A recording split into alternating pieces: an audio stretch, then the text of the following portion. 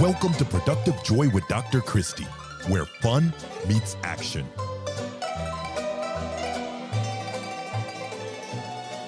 Hi, friends. Welcome to Productive Joy. You're in for a treat today with Jackson Gray, and Jackson brings so much to this table. First of all, he's a 23-year-old learner. He is a level 4 personal trainer, or at least working on it. He's a budding entrepreneur. He's a go-getter. He actually co-founded a company called you say it. I'm going to mess it up. Unapologetically coaching. Unapologetically coaching. I told you I was going to mess it up. He is not just a speaker. He's a communicator. He can talk to anybody, including the cashier at the grocery store. He was into jiu-jitsu for a while. He's a swimmer, a hybrid athlete, and he's an overcomer. And today, Jackson is our guest on Productive Joy. Welcome, Jackson. Thank you very much for having me. It's a pleasure. Yeah, I just got all tripped up because I was so excited. So you're calling today from the UK, and you found me on LinkedIn, which is a very random connection, but kind of cool. And we know that people will only listen for a short amount of time before they get bored. So what would you say to our listeners to get them super excited about learning from this 23-year-old entrepreneur? If you're 23 or you're in your 20s and you feel like you're messing up or you're too late or you're behind, just listen in and take some notes, maybe listen in, take some lessons from it, see if it can help you overcome anything. And if not, fair enough, go your own way. If so, listen in and see what you can do with it. Oh, I love it. Okay, so Jackson, I am the mother of 3 24-year-olds. So I have twins who are 24, and then our son got married this year, and his wife is 24. So we are all in this space, but I am on the other side. And I'm going to guess that most of our listeners are somehow adjacent to someone your age or close. And that might mean that they're the parent. That might mean that they're the friend. That might mean a lot of things. What advice do you have for those who are working with you? In other words, the parent, the boss, the person who is working with this 23-year-old who's trying to figure things out. So for me, I've worked with people. So I used to work in a school and I used to work in sort of mental health disability work. So one thing I've found is that I find I am quite different to how I approach situations. So I'm quite laid back. I'm very much like my father.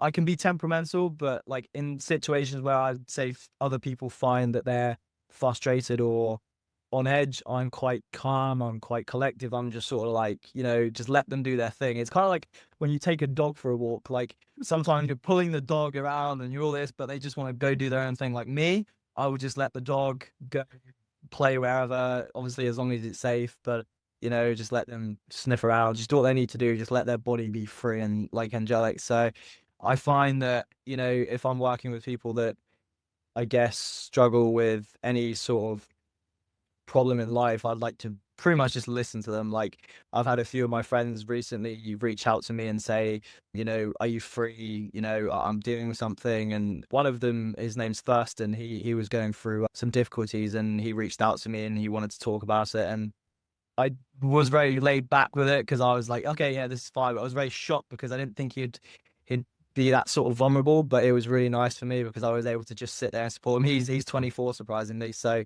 it was nice to have just a conversation where he could be vulnerable and he could be open. And I found out a lot more about him than what I didn't before.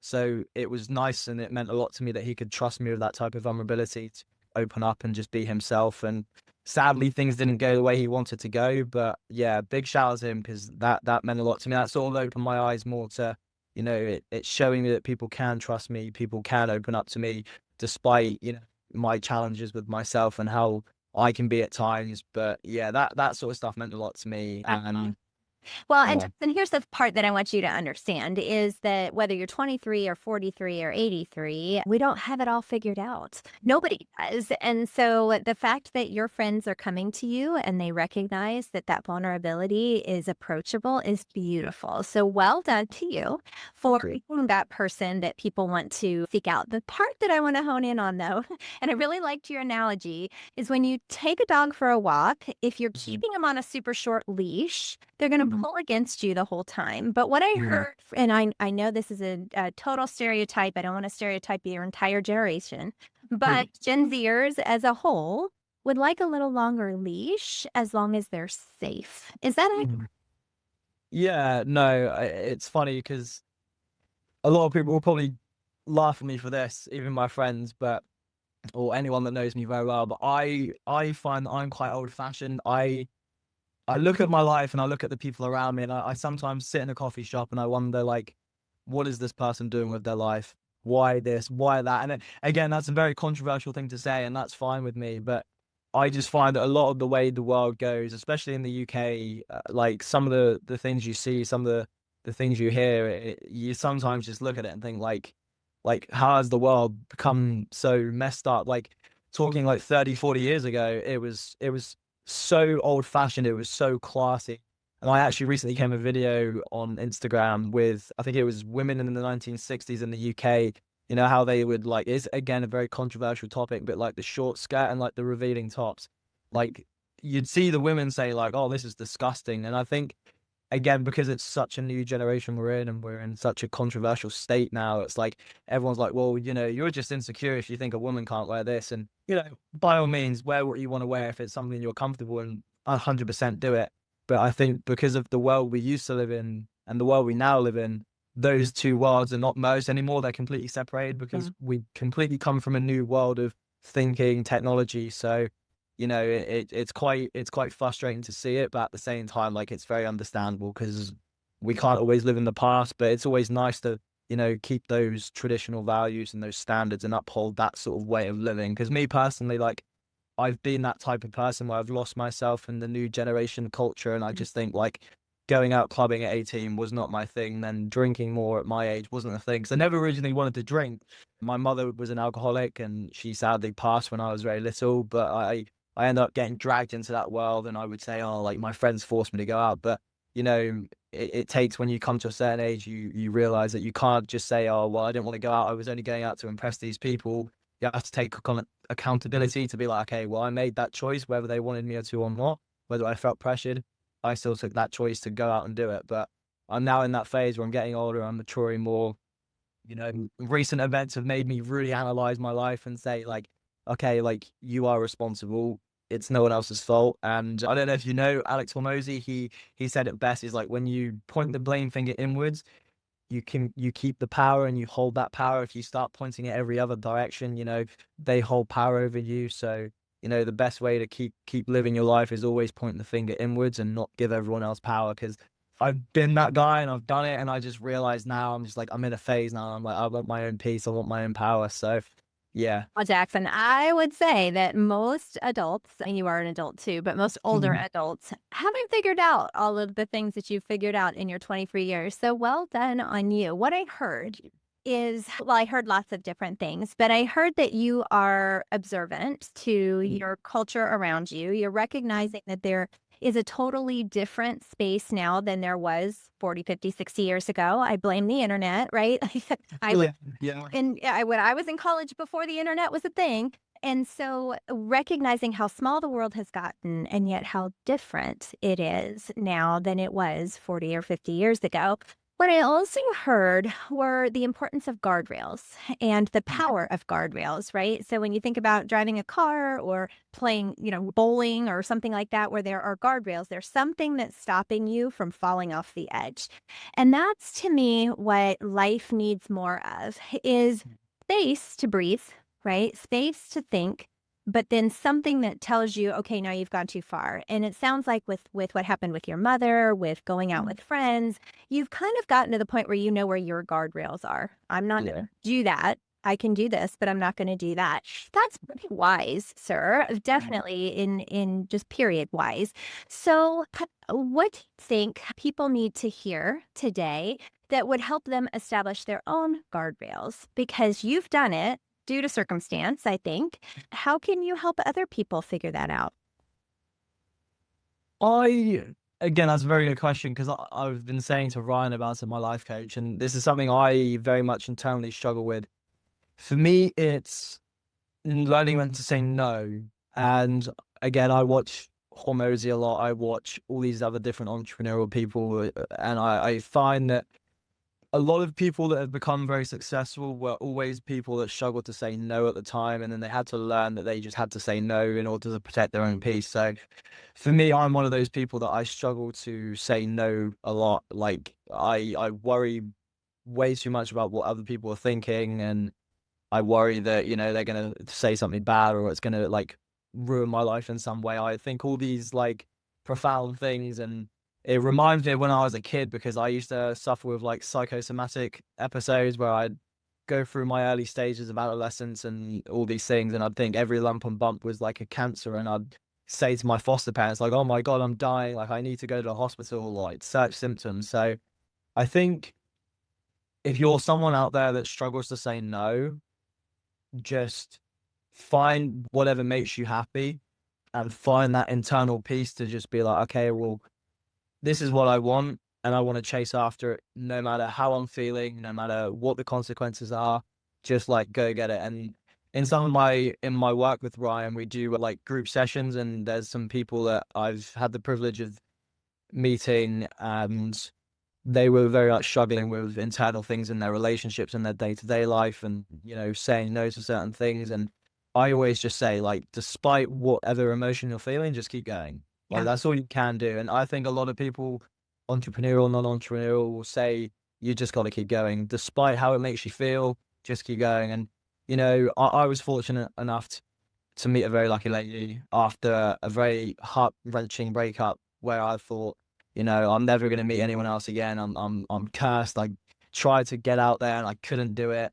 And then I went on holiday. I met someone, and then next thing I know, here we are. And I very much struggle with the idea of like telling my friends, and my partner now would say like, I want to look to have like marriage in the next few years, or a baby next year. And me personally, my goal is I want to be a dad. That's my dream. I don't care about anything else. If I was broke living on a bridge, I just want to be a dad. But because of, again, the new society we live in, this new Gen Z and all these different things that are being taught in schools, it's very hard for me because I think like, if I have a kid now and I send my kid to school, what if my son comes home one day and says, "Oh, dad, I can get pregnant"? Like I see all these controversial topics on it. And I then, again, going back to my friends, I think like if I have a kid next year, for the people that actually really know me, my friend would say, "Oh, well, you're a retard or you're an absolute sausage. Like, why would you do this?" But these are for people that really know me. But in my head, it's like, I want this. This is what I want. And I can go from two different stages, two different versions of myself where I'm like, I'm all in. I don't care what you think. I'm going to do it. And then I'm just like, no, like, I can't do this. Like, what are my friends going to think? So I hold back. But one thing I'm learning now is I just need to be okay with being me, be okay with my decisions, as long as I know it's what I want and it's going to make me happy. If my friends are my friends, they'll stay. If my friends are going to be judgy and temperamental with it, like, go do it elsewhere. And Yeah. yeah. Well, and here's the part, if this podcast is called Productive Joy, and joy is a choice, but also every time I ask this question that I'm getting ready to ask you, so be ready, I get a different answer. And I think the reason that I get a different answer is what you just said, right? So I know that there's this part of me, and I know that there's this part of me, and I'm not sure which one I'm listening to today, right? Like some days you might listen to your friends who said, no, you don't know what you're doing. That's a terrible idea. And other days you're going to listen to your partner who says, no, I'm ready for this. And I think that we would be good parents. So what the question I want to ask is, if you had to define productive joy, if you had to give that a definition, how would you define it? Mm. Mm. I'd say be okay with the uncomfortable. I'd say, you know, we're all human. Nothing in this life comes easy. Nothing in this life will always make us happy. It's always just being uncomfortable with the uncomfortable. And that's something I've internally always struggled with, like due to like my upbringing, like single parents, and You then lost your mom early, and you said yeah. your dad was super laid back, but you also mentioned foster parents. So I'm going to guess at some point you got moved out. That's a whole lot of tumultuous stuff Yeah, that had happened in your childhood for sure. yeah. So like with those, with those things, it's like obviously they came with the, the baggage. So, friendships, relationships, I was carrying all these negative emotions, and I always had this feeling as a kid, like I knew something was wrong with me in my head, like I knew that there was something not clicking right. So about 9 months ago, I was diagnosed with combined ADHD when me personally, and a lot of people around me said it should have been diagnosed a lot sooner than that, because I was displaying behaviors of like, rage, anger, breaking things very quickly. I was so impulsive, and like my fuse is really short in the right situation. And then there's other things where I'm very calm. So, I look at my life now and I reflect that, I'm going to be 24 next year. I've come a long way, despite thinking like a year, like 9 months ago, I was in an emergency hospital living like basically homeless when I was with my ex-partner's parents. Like I've had a lot of fortunate people that have come into my life and taken me in situations where I thought I was never going to make it out. And when I went into the accommodation in the UK, so you basically get put there and then they give you housing. I looked at that situation. I thought, this situation now, like no one's coming to save me. Like this is on me.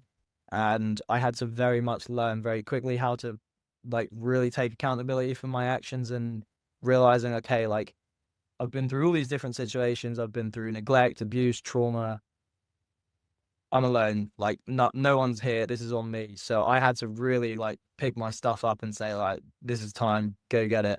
And it's been very hard, because I sometimes look at myself as like a bad person, because, in relationships, for example, like I wasn't always the best. I had, because of my impulsivity, I would always be jealous. I'd always be overcome with anxiety of thinking all the worst scenarios.